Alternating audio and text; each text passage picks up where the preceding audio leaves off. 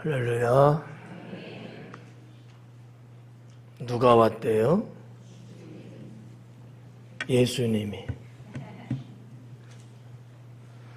왜 여기 모이셨대요? 탄생하신 예수님 경배하기 위해서. 다른 건 없고요. 오늘 예수님 성탄은 그게 아주 적절한 표현은 경배가 맞습니다. 아셨죠? 탄생하신 예수님을 경배하기 위해서 우리가 모인 거죠. 근데 보니까 어디 놀러 간 사람들 좀 있나 봐. 얼굴이 안 보이는 식구들이. 다른 때 몰라도 이와 같은 구원의 선포는 우리가 빠짐없이 참석하는 게 신앙의 모습이 아닐까 생각합니다. 우리 서로 인사 나눌 때 아까 메리 크리스마스는 했으니까 하려고 했는데 했으니까 예수님의 탄생을 축하합니다라고 인사 나누겠습니다. 예수님의 탄생을 축하합니다. 할렐루야. 오늘은 성탄절 되겠습니다. 그리고 그날을 지키기 위해서 온 인류가 다 함께 기뻐하고 너무 행복해하는 그러한 날이기도 하겠습니다. 온 세상이 다 알고 있듯이 예수님께서 구주가 되시어 이 땅에 육신을 입고 태어나신 날 바로 성탄날이 되겠습니다. 가난하고 볼품없는 가정에서 태어나신 우리 예수님, 또 초라하고 누추한 말 구유에서 태어나신 예수님이시지만 그 예수님께서는 우리에게 가장 값진 행복을 가져다 주셨고요. 가장 아름답고 영원한 천국도 주셨습니다. 우리들은 예수님을 믿음으로 이 모든 것들을 가진 자임을 믿을 수 있기를 바랍니다. 뭐를 가졌대요? 다시 한번 말씀드릴게요. 가장 행복한 것, 가장 아름답고 영원한 천국. 자, 뭐를 가졌어요?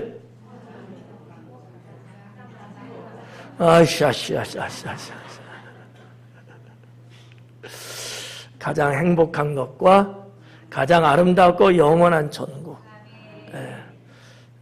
하려고 준비하고 있죠? 안 물어볼 거야. 이 두 가지를 우리에게 주셨습니다. 이 세상에 뭐 좋은 것들 참 많이 있죠.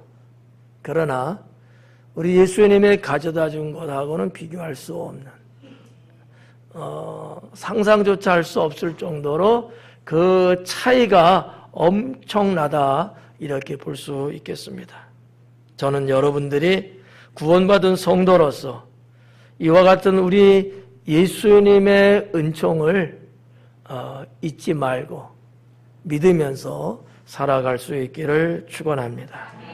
우리들은 성탄의 신앙을 갖고 이 세상을 살아가면서 승리하고 또 승리하면서 값지고 영원한 천국의 삶을 다 살아갈 수 있기를 주님의 이름으로 축원합니다. 우리가 오늘 성경 본문에도 읽어봤습니다만 이 성탄의 신앙, 성탄이 우리에게 말씀하시고 또 가르치는 신앙이 한 세 가지 정도 있다고 볼 수 있습니다. 그 하나가 임마누엘이에요. 임마누엘. 하나님이 우리와 함께 계시다 라는 뜻을 갖고 있는 임마누엘. 그러니까 예수님이 이 땅에 오신 목적은 여러분 다 똑같이 생각하는 게 뭐냐면 구원이라고 생각하잖아요. 맞죠? 맞지만 그 예수님이 우리와 함께 하심으로 이게 가능해지는 거예요. 하나님이 우리와 함께 하지 않으면 그 구원이라는 것도 그냥 외치는 소리에 불과합니다. 하나님이 나와 함께 하지 않는데 여러분 구원이 가능할까요? 하나님이 나와 함께 하지 않는데 저 천국이 가능할까요? 불가능합니다. 그래서 오늘 말씀 18절인가요? 예, 여기서부터 시작해갖고 25절까지 여기 말씀해 보니까 이렇게 기록합니다. 23절에 보라 처녀가 잉태하여 아들을 낳을 것이요 그의 이름은 임마누엘이라 하리라. 임마누엘. 이 임마누엘 신앙, 임마누엘 은총이 얼마나 큰 것일까? 얼마나 복된 것일까? 여러분, 예수님 믿고 구원 받는 거 사실이고 맞습니다. 그런데 구원받은 자들에게 우리 주님이 함께하지 않는다면 과연 구원받은 자의 삶은 어떻게 펼쳐질까? 너무 끔찍할 수도 있고요. 너무 암울할 수도 있습니다. 우리가 구원받고 구원받은 이후에 이 신앙의 삶이 계속 복되고 아름답게 유지될 수 있는 이유가 어디 있을까? 임마누엘 때문에 가능한 거예요. 그러니까 어떻게 보면 예수님은 이 땅에 태어나셨고 33년의 생을 사시고 그 받은 사명을 다 이루시고 다시 하나님 나라 가셨어요. 근데 임마누엘이 여기까지만 있다면은 그 위에 임마누엘이 만약에 없다면은 이거 너무 끔찍한 거예요. 우리는 여전히 사탄과의 싸움을 내 힘으로만 할 수밖에 없고요. 주님이 없이 우리는 인생을 살아갈 수밖에 없는 참 안타까운 현실이죠. 이 임마누엘이라고 하는 것은 이 땅에 오시는 것만의 임마누엘이 아니고 주님 나라 우리가 갈 때까지 우리와 함께 하신다는 임마누엘이라는 사실, 이게 훨씬 더 크다라는 사실을 여러분들이 알기를 바라고 믿을 수 있기를 바라요. 두 번째 신앙이 뭐냐 하면 평강입니다. 평강을 주러 오셨어요. 이 땅에는 주님이 주시는 평화로다. 주님의 평화가 이 땅에 임하는 거예요. 왜요? 너무 죄악과 어둠 속에서 싸우고 지치고 결국 죽음으로 갈 수밖에 없는 우리들, 이와 같은 것들을 다 몰아내시고 이 땅에 참 평화를 주시기 위해서 오셨거든요. 그래서 성탄의 신앙에 빼놓을 수 없는 두 번째가 평강이다, 평화다, 이렇게 볼 수 있다는 거죠. 세 번째 성탄의 신앙은 뭘까? 구원입니다. 무슨 얘기냐면 구원받은 자의 삶이 지속돼야 된다라는 의미를 말씀드리는 거예요. 구원받은 자의 삶, 이 삶이 계속 구원받은 자로서의 삶으로 지속되어져야 합니다. 구원받으면 끝나고 그 다음부터는 내 아무렇게나 살아도 된다 이러면 안 된다는 거죠. 구원받은 자답게 살아가야 된다는 것을 의미한다, 이렇게 볼 수가 있겠습니다. 저는 오늘 가장 핵심적인 성탄의 세 가지 신앙에 대한 것을 살짝 여러분에게 말씀을 드렸고요. 오늘 전하려고 하는 본론의 성탄의 신앙은 다음과 같습니다. 첫째는 구원을 주시는 탄생이십니다. 구원을 주시는 탄생. 예수님이 이 땅에 태어나신 이 탄생은 죄인들에게 구원을 주시는 탄생이다.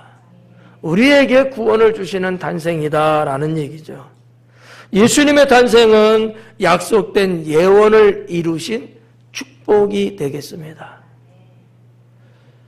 하나님께서 옛 선지자들에게 말씀하셨고 그 말씀은 예언되었어요. 그 예언된 것이 이루어진 것이 예수님의 탄생이다라고 하는 것이죠. 여러 많은 선지자들을 통해서 말씀하셨지만 대표적인 성경의 인물을 말씀드리면 첫째는 다윗이고 둘째는 이사야고 셋째는 미가 선지자였다, 이렇게 볼 수 있겠습니다. 그 외에도 성경에 여기저기서 예언하고 계시지만 더 확실하고 분명하고 더 정확하게 우리에게 주시는 이 예언의 말씀을 전한 선지자들, 다윗, 이사야, 미가. 이 정도는 여러분들이 하나님 자녀로서 암기하고 있는 것은 상당히 유익합니다. 수요일 성경 강의하면서 제가 한번 언급했습니다만, 가이사라라고 하는 지중해 연안에 가면은, 거기에서 발견된, 빌라도의 보고서가 있습니다. 이 빌라도의 보고서는 거기에서 발견된 정도는 아니고요. 그게 이제 비석 같은 비문이고요. 실제적인 보고서의 책자는, 다른 곳에서 발견이 됐는데, 약 50권 정도로 구성이 되어 있습니다. 수없이 많은 이야기가 기록됐는데 그 기록된 내용은 빌라도가 이스라엘의 총독으로 와서 있었던 이야기를 쫙 보고한 거예요. 가이사 황제에게. 그 중에 아주 독특하고 빌라도가 어찌할 수 없는 정말 경탄하고 경이한 것들을 경험한 것을 기록한 것이 바로 예수님의 이야기였습니다. 빼놓을 수 없는 것이 그의 탄생이지요. 사랑하는 여러분, 하나님은 하나님의 종 선지자들에게도 예언하셨고 일반 사람에게도 그것을 알 수 있도록 기록하게 하셨고 무엇보다도 우리가 늘 읽고 있는 성경에 기록되어 있는 이 예언된 말씀, 우리가 예수님의 탄생을 어떤 사람들은 거짓이네, 지어낸 거네, 전설이네 등등으로 이야기하지만 그것은 제가 볼 때 지식이 부족한 사람들의 이야기 아니면 기독교를 폄하하기 위해서 하는 얘기일 뿐이다 라고 하는 것이죠. 성도 여러분, 우리는 예수님의 탄생을 확실히 믿고 있고요. 그분의 탄생은 죄인을 구원하기 위한 탄생이라는 사실 또한 우리는 확신하고 있습니다. 구원을 주시는 예수님의 탄생의 두 번째는 천국을 이 땅에 가져오신 하나님의 은혜였다라고 하는 사실입니다. 천국을 이 땅에 가져오신 하나님의 은혜. 천국이라는 개념이 뭐예요? 저 하늘에 있는 개념으로 사람들 많이 생각하잖아요. 하나님 믿으면서 구원받았다는 성도들조차도 천국 가면은 다 죽어서 가는 곳 이렇게만 생각하는 사람이 너무 많아요. 이거는 성경을 모르고 있는 것이다 라는 거죠. 이미 예수님께서는 저 죽어서 간다는 저 하늘의 천국, 그 천국을 이 땅에 가져오신 분이십니다. 그래서 예수님은 이 땅에 오셔서 공생이 시작하면서 첫 번째 전파했던 복음이 회개하라 천국이 가까이 왔다라고 말씀하고 있습니다. 이 말씀은 내가 천국을 가지고 왔다는 말씀이기도 하고요. 내가 곧 하나님 나라다라는 의미를 담고 있는 선포였다라고 하는 사실이죠. 우리 주님은 이 땅에 태어나시면서 저 하늘에만 있을 거라고 생각했던 그 천국을 이 땅에 가져오셔서 주셨는데 이 땅은 어떠한 상태였을까요? 고통이 난무했던 시대였습니다. 이 고통은 어떻게 해서 왔을까? 죄 때문에 왔다라고 하는 사실이죠. 그리고 억압이 이 세상에는 창궐했어요. 억압, 짓누르고 꽁꽁 묶어놓고 죽을 수밖에 없는 이러한 상태. 이것은 어떻게 해서 생겼을까요? 사탄이 만든 겁니다. 영혼들을 영원히 죽게 하기 위해서 짓누르고 억압하고 도저히 살 수 없는 그 생명줄을 끌어버리는 그것이 사탄의 짓이죠. 그리고 이 세상에는 사람들이 말하는 것조차 싫어할 수밖에 없는 죽음. 죽음이 끊임없이 영원토록 가게끔 되어 있었습니다. 이 죽음은 왜 왔을까요? 사람들은 죽는 것을 생각 안 해요. 죽기 싫어합니다. 그런데 죽음은 이 땅에 있어요. 이게 뭐 때문에 왔을까요? 죄 때문에 왔지요. 여러분, 고통과 억압과 죽음이라고 하는 것은 이 땅에 없는 게 아니야. 우리가 나하고는 상관없어 이렇게 말할지 몰라도 그것들은 이 땅에 계속 있는 거고, 그것 때문에 우리들이 숨을 쉴 수 없고 우리들이 희망을 나타낼 수 없는 그런 아주 고질병적인, 정말 어떻게 보면 병으로 말하면 불치병? 이와 같은 고쳐져야 되지만 고칠 수 없는 인생의 가장 극악한 어떤 상태를 말할 수 있지 않느냐. 그런데 예수님은 이 땅에 태어나시면서 고통과 억압, 죽음이라는 것을 몰아내시고 우리들에게 무엇을 줬어요? 기쁨을 주었어요. 그리고 자유를 줬고요. 그리고 영생함을 주셨습니다. 네. 고통 속에 있는 자가 기쁨을 갖게 됐고, 억압 속에 있는 자가 참 자유를 얻게 됐고, 죽을 수밖에 없는 우리가 영생할 수 있게 됐다라고 하는 사실입니다. 사랑하는 성도 여러분, 구원을 주시는 탄생이 우리에게 또 주는 게 뭘까요? 누구든지 예수님을 구주로 영접하는 자에게는 천국 구원을 주셨습니다. 누구일지라도, 어떠한 자일지라도 예수님을 믿는 자에게는 천국의 영생, 구원을 주셨다라고 하는 사실이죠. 유대인에게도 주셨고요, 이방인에게도 주셨고요, 또 부자에게도 줬고 가난한 자에게도 줬고 권력 있는 자들에게도 줬고 일반 백성들에게도 줬고 건강한 자도 병든 자도 더 나아가서 잘난 자나 못난 자나 어느 누구 할 것 없이 누구든지 예수님을 믿기만 하면 영원한 천국 구원을 주신 예수님의 탄생이라는 사실을 믿을 수 있기를 바랍니다. 성탄의 신앙은 바로 이런 것이 아니겠느냐라고 하는 것이죠. 우리가 성탄을 기뻐하고 성탄에 즐거워하고 성탄에 선물도 나누고 이 복음의 소식도 전하고 다 좋은데 성탄의 신앙이 만약에 없이 그런다면은 세상 사람하고 다를 게 뭐가 있겠느냐라고 하는 것이죠. 다른 건 없어도 이 성탄의 신앙은 있어야 된다고 믿습니다. 두 번째 성탄의 신앙은 탄생을 경배하는 신앙을 가져야 된다라고 하는 거죠. 탄생을 경배하는 신앙. 여러분은 어떠세요? 예수님의 탄생을 경배하는 신앙 있으신가요? 이거 없이 이 자리에 오늘 나오셨나요? 돌아가실래요? 네. 여러분, 이게 그냥 형식적으로 그냥 몸에 배어있는 습관에 의해서 만약에 우리가 이 자리에 나왔다면 무슨 의미가 있을까요? 그거는 신앙이 아니에요. 그건 그냥 문화요 습관일 뿐이죠.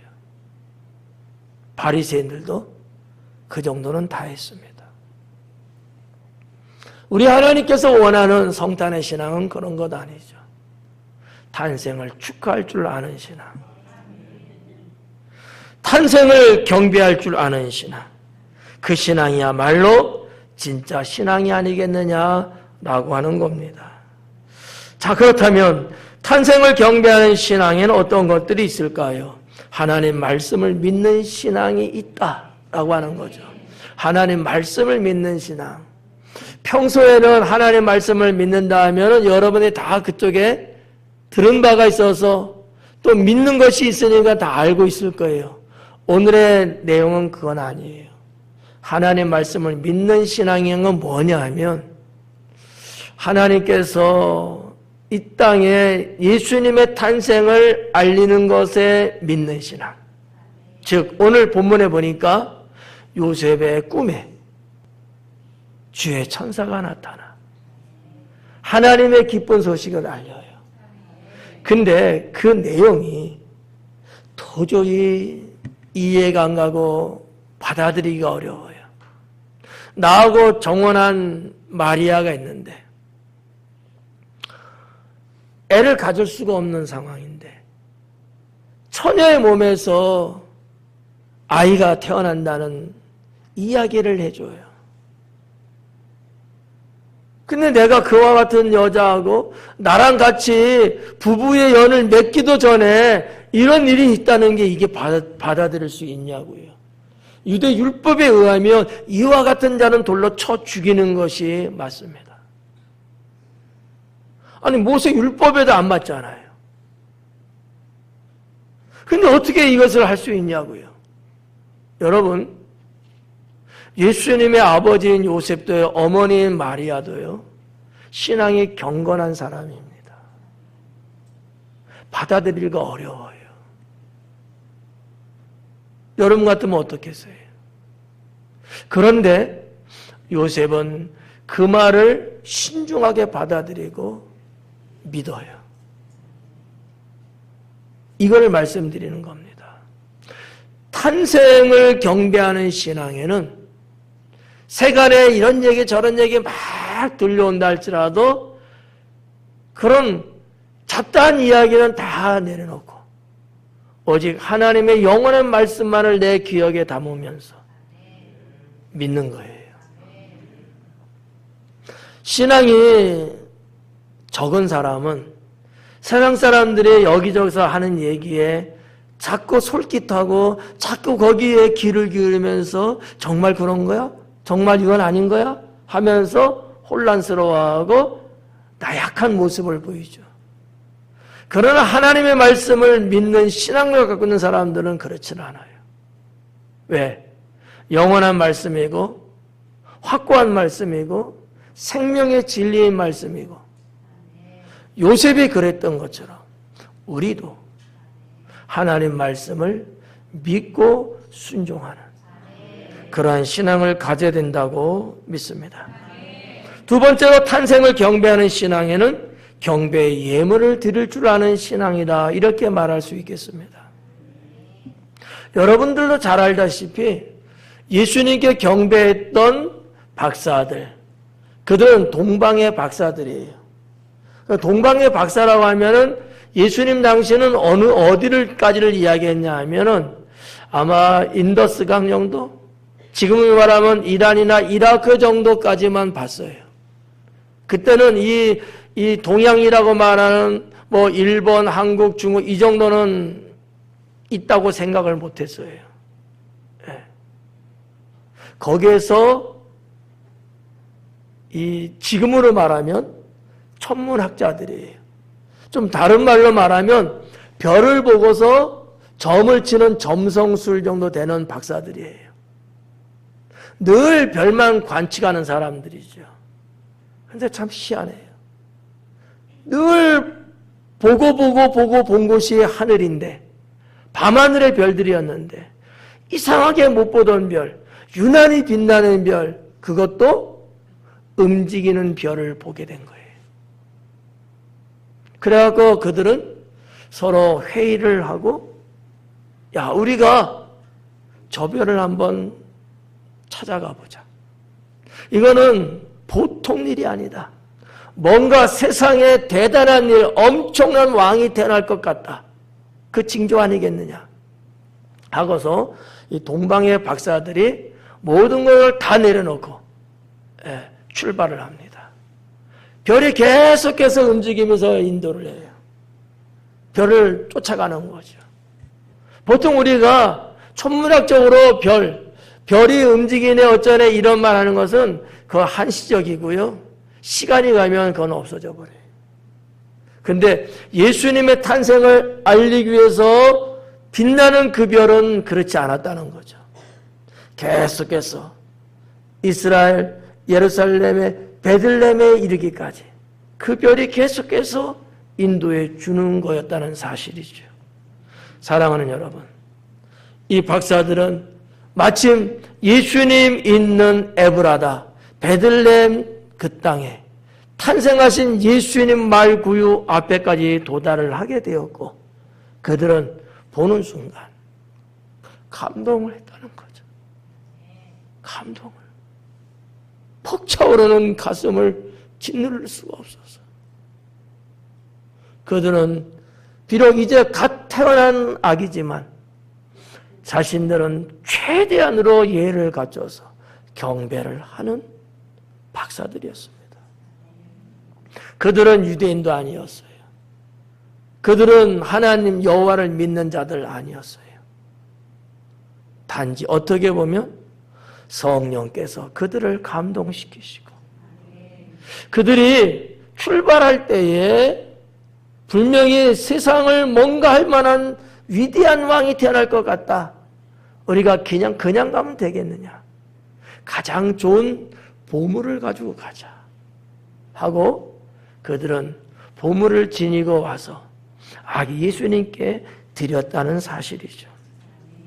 성도 여러분, 이게 마음이 없이 가능하겠습니까? 성령의 역사가 없이 가능했겠나요? 전 아니라고 봐요. 아마 제 추측입니다만 그들은 여호와 하나님을 믿는 사람은 분명히 아니었을 거예요. 하지만 그들은 어떤 면에서 신은 믿었는지도 몰라요.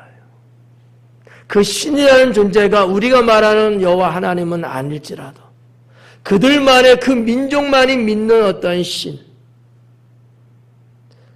그것이 있는 나라였거든요. 우리가 성경에 보면 다니엘서가 있잖아요. 다니엘서에 나오는 바빌론에서 그들만이 믿는 신이 물론 있었죠. 더 오래된 역사를 더 깊이 들어가 보면 그 시대의 사람들, 그 지역에서 믿는 그런 신이 있었거든요. 그러니까 신앙은 있었다는 거. 우리가 믿는 여호와 하나님을 믿는 신앙은 아니지만 거기에 하나님께서 감동을 주셔갖고 경배하게끔 하고 그들이 준비한 보물, 예물을 드릴 수 있게 했다라고 하는 것이죠. 그렇다고 보면 오늘날 우리들은 어떻습니까?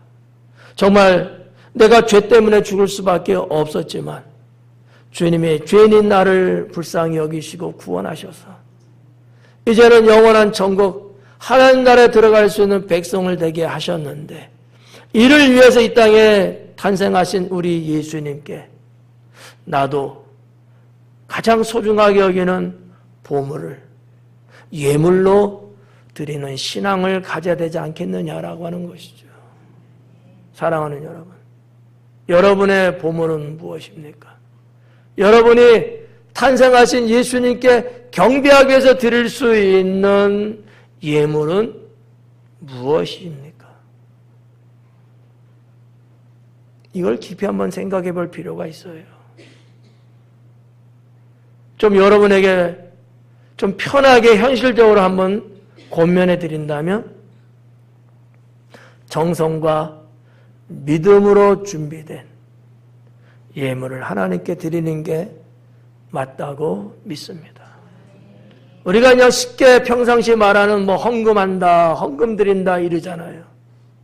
그러나 오늘 성탄절만큼은, 이 예배만큼은 그런 개념을 훨씬 뛰어넘는, 정말 내 마음, 내 생명을 주님 앞에 내가 드린다라는 이 믿음과 정성을 갖고 주님 앞에 경배하는 신앙을 가져야 되지 않겠느냐라고 말씀을 드립니다.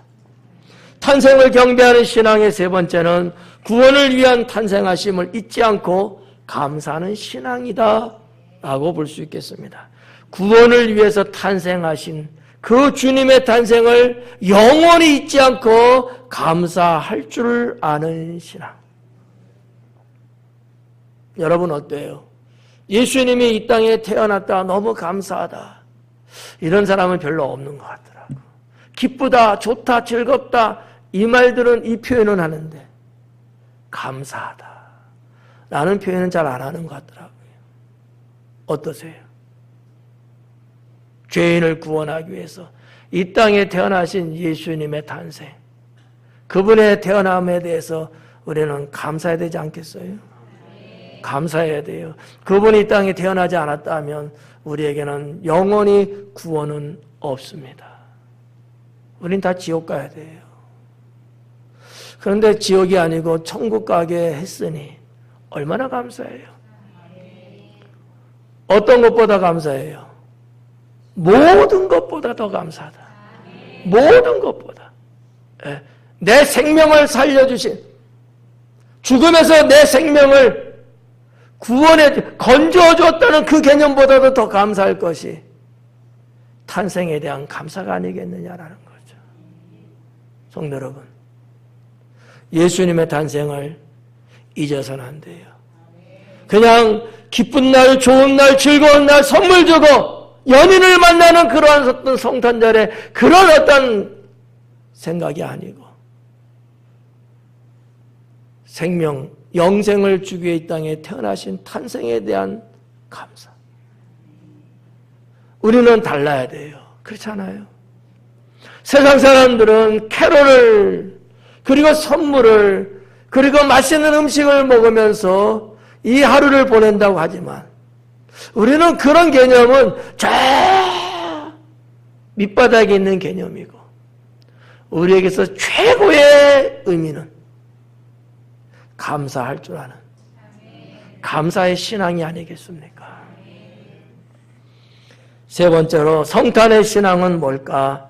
성탄의 새로운 삶을 살아가는 신앙이 아니겠느냐라고 말씀을 드리고 싶어요. 성탄의 새로운 삶.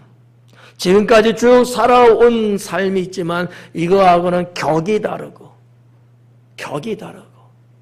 수준이 다른 그런 어떤 새로운 삶. 여러분 계속 말씀드렸습니다만 성탄은요 죽은 자에게 생명을 주기 위한 날이에요. 이전 것은 지나갔으니 보라 새 것이 되었도다. 우리는 성탄절을 기점으로 해서 새로운 삶을 살아야 된다고 믿습니다. 1년의 첫날은 언제죠? 1월 1일. 크리스찬은 그게 아니에요. 오늘입니다. 우리들에게 있어서는 한 해의 첫날은 언제라고요? 오늘 성탄절입니다. 예수님의 탄생하신 그날이 우리도 시작하는 그날이 돼야 된다고 믿습니다. 믿으십니까? 네. 개념을 좀 달리하자고요. 개념을. 세상에 흘러가고 세상이 돌아가는 어떤 개념보다는 하나님이 이 땅을 운행하시고 하나님이 이 땅을 살리시는 이 영생의 개념을 우리가 좀 갖고서 그렇구나. 예수님이 이 땅에 오신 첫날 나도 그 예수님 때문에 구원받은 이 첫날 이 날이 한 해의 시작이구나. 그런 의미에서 새로운 삶을 시작합시다. 어떤 것들을 우리가 새롭게 시작해야 될까요? 기쁨과 감사가 가득한 삶으로 시작해야 되겠다. 기쁨과 감사가 가득한 삶. 기쁨과 감사가. 어때요? 우중충하고 희쭈거리하고 너덜너덜하고 그런 삶이 어떻게 좋으신가요? 여러분 얼굴 한번 봐봐요. 여러분 얼굴이 어떤가? 네? 어떻게 얼굴에 기쁨이 있고 감사가 있는 것 같아요? 없는 것 같은데? 있어요? 성가대 어떠세요? 네. 피곤하세요? 기쁨과 감사가 가득한 삶. 우리의 삶이 때로는 힘들고 고달플지라도 또 어렵고 안 된다 할지라도 그리고 아프고 병들었어도 속상하고 괴로울지라도 우리는 새로 태어난 삶을 시작하는 기쁨과 감사가 가득하고 넘쳐나는 그러한 삶을 살아야 된다고 믿어요. 예수님 믿는 사람들, 교회 다닌다고 하는 사람들, 하나님 믿는다는 사람들, 그 사람들을 보니까 저렇게 기쁠 수가, 어떻게 하면 저렇게 행복한 모습을 가질 수 있지? 나도 저래봤으면 좋겠다 라는 도전을 여러분 주변 사람들이 느낄 수 있도록 기쁨과 감사가 흘러넘칠 정도로 가득하고 가득한 그러한 삶이 될 수 있기를 축원합니다. 두 번째는 날마다 기도하며 사는 삶이 되겠습니다. 우리의 새로운 삶은 뭘까? 날마다 기도하며 사는 삶. 기도에 대한 말씀을 제가 이 시간 길게 할 이유가 없겠죠. 여러분들이 너무나 잘 알 테니까. 왜 우리는 날마다 하나님 앞에 기도하며 사는 삶을 새롭게 다짐하면서 이 시간 출발을 해야 될까? 기도하는 자에게는 하나님의 도우심이 있습니다. 기도하는 자. 여러분, 헷갈리면 안 돼요. 그냥 하나님 믿으면 다 되겠지라고 하면 착각입니다. 그렇지 않아요. 기도하는 자를 하나님은 도우십니다. 하나님은 기도하는 자의 오른팔이 되어주시고요. 기도하는 자에게 능력을 주십니다. 기도가 아니고서는 이런 능력이 나갈 수 없느니라. 기도하지 않으면 하나님 나라가 움직이지 않아요. 여러분, 수없이 많은 기사와 이적들, 우리는 성경을 통해서 그리고 우리의 삶 속에 나타나는 경우들을 많이 봤잖아요. 무엇이 그것을 가능하게 했을까요? 기도했다는 사실이에요. 기도가 없이는 안 돼요. 하나님은 기도하는 자를 도와주십니다. 내가 생각할 때, 내 능력으로 봤을 때 안 되는 것들이 얼마나 많습니까? 너무 고질병 같고 너무 힘든 일들이 얼마나 많습니까? 해도 되지 않는 이런 일들이 얼마나 산재해 있습니까? 그런데요, 기도하면 그것이 풀리고 그것이 해결되고 그것이 온전해질 수 있습니다. 하나님은 기도하는 자를 도와주십니다. 기도해서 안 되는 사람이 없어요. 왜요? 이건 하나님이 하신 약속이거든요. 기도하는 성도, 기도로 여러분의 삶을 새롭게 만들어가는 그러한 성도가 될 수 있기를 축원합니다. 기도하는 자에게 하나님의 능력 줄 뿐만 아니라 하나님이 인도해 주시고요. 네, 인도해 주시고. 제가 가끔씩 비유로 말씀드리는 거 있잖아요. 운전하면 어디 가야 될까? 목적지를 내비게이션 이렇게 검색해 갖고 가면 가잖아요. 우리 하나님은 이 내비게이션하고 비교가 될까요? 때로는 내비게이션이 먹통일 때도 있고 자기밖에 몰라. 자기 고집불통이야. 그래서 정말 지혜롭게 이끌지 못해. AI 내비게이션 하지만은 아니야. 어떨 땐 내가 가는 게 훨씬 더 빠르고 안전해. 근데요, 하나님은 어떠십니까? 완벽하십니다. 하나님은 완벽하셔요. 하나님이 여러분을 인도하시면 여러분의 인생은 잘못될 리가 없습니다. 하나님은 기도하는 자에게 이 인도함을 주신다는 사실이에요. 그렇잖아요. 우리가 여러분 이시적으로 한번 생각해 봐요. 나한테 기도한 자인데 내가 그 인생을 망칠 이유가 있습니까? 없잖아요. 우리 하나님이 악한 분이신가요? 아니잖아요. 선하디 선하신 분이잖아요. 그분이 도와달라고 나에게 모든 것을 다 맡기고 부탁하는 자들, 그런 성도들을 왜 인도를 안 하시겠어요? 인도해 주시는 분이에요. 우리 학생 청년들도 앞으로 살 날이 얼마나 많이 남았어요.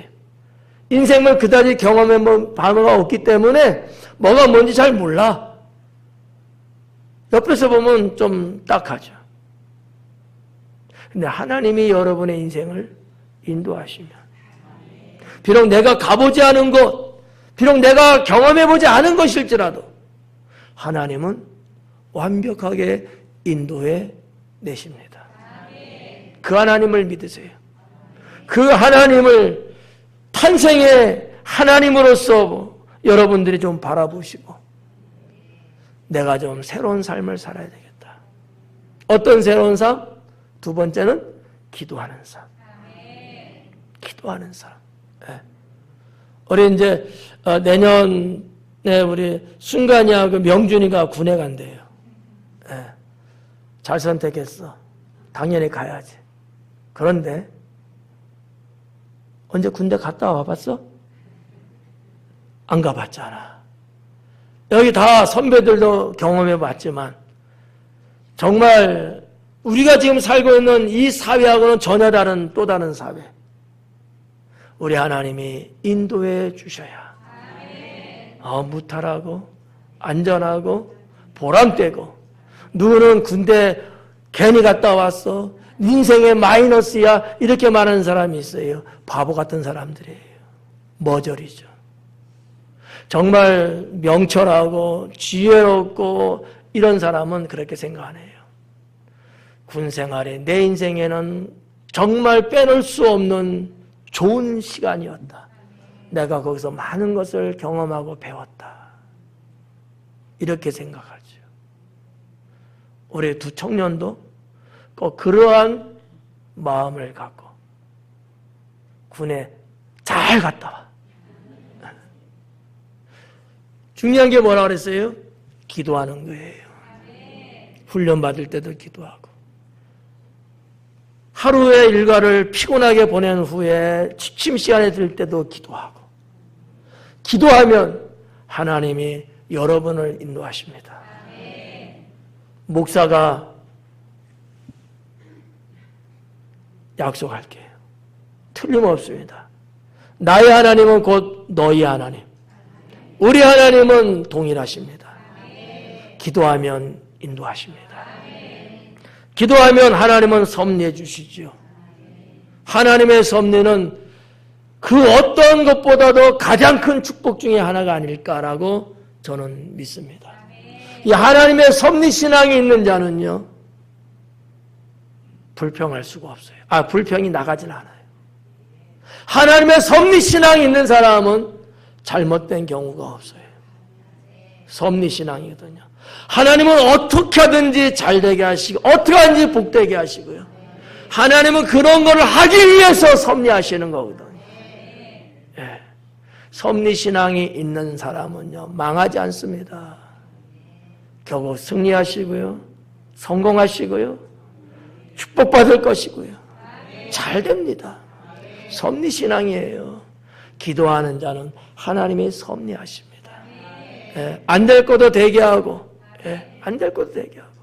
내가 볼 때는 망쳤어. 예, 망친 게 분명해. 근데 망친 걸 통해서 성공하게 완벽하게 만들어내십니다. 하나님의 섭리는 기도하는 자에게 일어납니다. 세 번째로 믿음으로 경건하게 사는 삶이 새로운 삶이 아니겠는가? 믿음으로 경건하게 사는 거예요. 어때요? 여러분 믿음으로 사는 건 맞죠? 경건하게 살려고 늘 노력하시죠? 잘하시는 거예요. 성탄절 이날을 맞이해서 다시 한번 이 부분을 우리가 한번 고치하자. 다시 한번 이 부분을 우리가 매만지고 각오하고 내가 믿음으로 경건하게 살겠다. 꼭 그럴 수 있게 바라요. 마지막으로는 복음을 전하며 사는 삶이 되겠습니다. 이것이 우리의 새로운 삶이다. 복음을 전하는 삶. 네. 여러분, 성경은 항상 우리에게 이 말씀하십니다. 예수님께서 부활 승천하시면서도 이 당부를 하셨잖아요. 우리는 복음을 전하는 거, 이거를 등한히해서는 안 돼요. 때를 얻든지 못 얻든지 항상 하나님 말씀을 전할 수 있어야 합니다. 네. 여러분이 믿고 여러분이 받은 영생, 여러분이 가게 되는 천국, 이 사실이 모두 현실이고 여러분이 믿는다면, 여러분이 주인공이라면 당연히 여러분은 아직도 주님을 모르고 사는 이들에게 이 복음을 전해야죠. 그게 새로운 삶이다라는 거예요. 새로운 삶이다. 예.